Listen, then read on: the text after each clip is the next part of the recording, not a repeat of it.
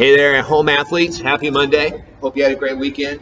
And I also really hope that as you're watching this on Sunday or whenever it is, that more particularly Monday morning, the air quality is much better than it is right now. I'm recording this on Friday.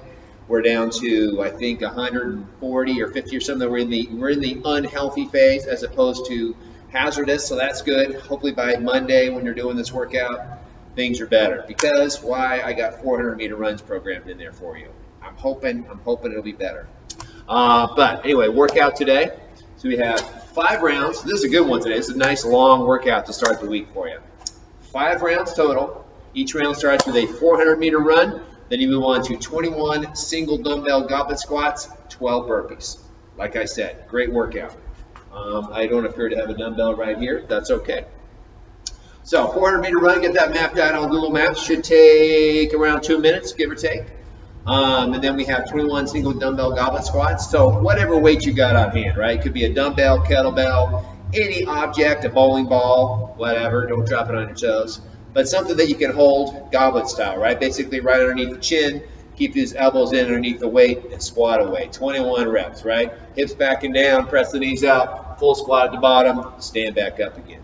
Try to keep those toes pressed down, keep those heels pressed down, try to keep those elbows in, and of course, hit below parallel at the bottom, right? If you don't know what I'm talking about, full squat, at the bottom, ideally the crease of the hip is actually below the top of the knee, right? We call this breaking parallel with the quad, or with the hips.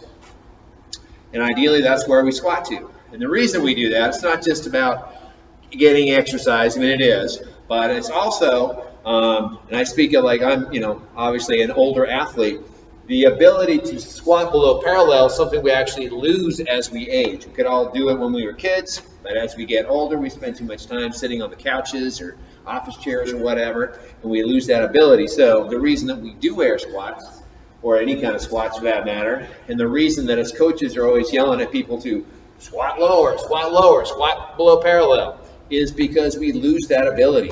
And it's definitely a very functional movement that we need to be able to do throughout our life. Anyway, that's my spiel on air squats. Squat below parallel.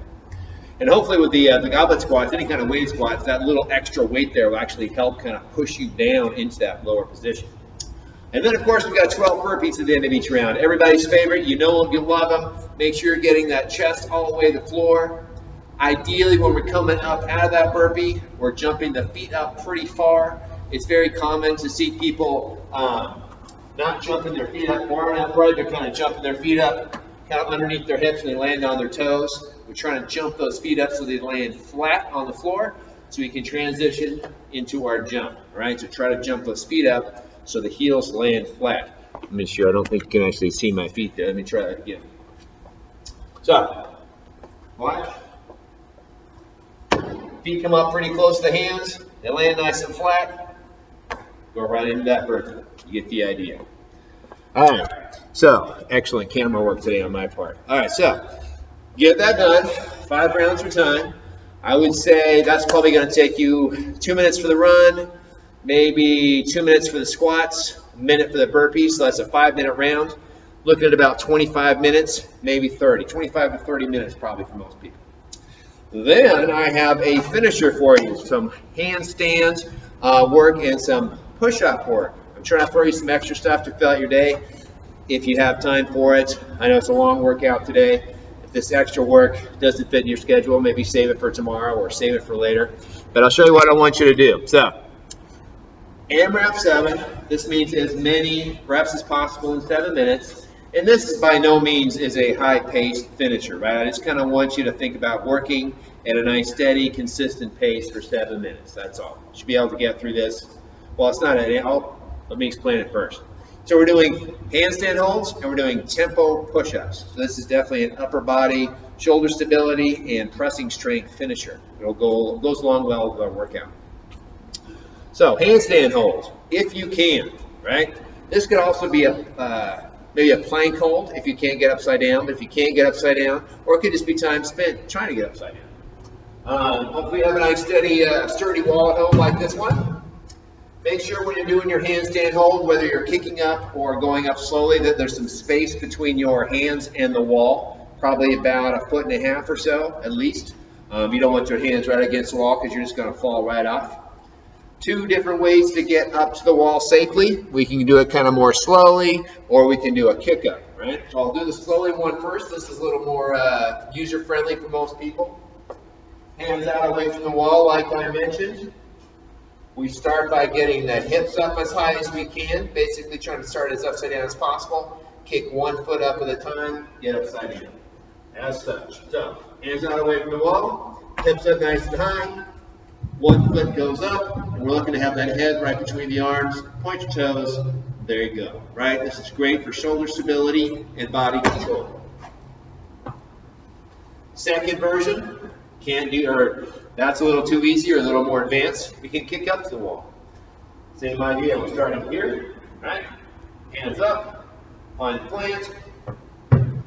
Same idea, block it out, stay in place, looking for a nice straight line through the hips and knees. And like I said, yeah, we're looking for a kind of a straight line through the body.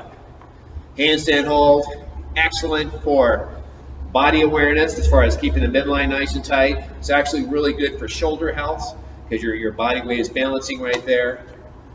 And they say it has anti-aging properties, so we'll see. Then you're going to be alternating. You do 5-second handstand hold, 10-second handstand hold, 10-second or 15-second handstand hold, 20 seconds. Basically add 5 seconds to each hold as you go through our 7-minute AMRAP. You'll be alternating that with tempo push-ups. Tempo push-ups, you're going to be adding 1 rep each time. So you do 1, then you do 2, you do 3. Tempo push-ups today, we're going to do 3 seconds down, 3 seconds up. Tempo work just basically adds time under tension. It helps us get stronger in whatever movement we're doing. So push up today, think about holding a nice tight plank position, right? Belly tight, butt tight, quads tight. Start at the top, make sure your hands directly below the shoulder. Hands are maybe slightly wider than shoulder width apart. And we're going 1, 2, 3 to the bottom. 1, 2, 3, going up. Just like that. Elbow position is very important. I see a lot of people tend to go too wide. Chicken wing, we don't want that. We don't want to press right against the side. Basically, we're looking for sort of a 45-degree angle here on the upper body, right? It's probably maybe 4 or 5 inches between elbows and rib cage, right? So the elbow should definitely be closer to here than to here. This is very bad for your shoulders. So just a little ways out, hands right about here, you know, kind of just below the shoulders, right about shoulder width, and get that solid 1, 2, 3 down, 1, 2, 3 up. That's it. Good workout today. We're done. Talk to you tomorrow.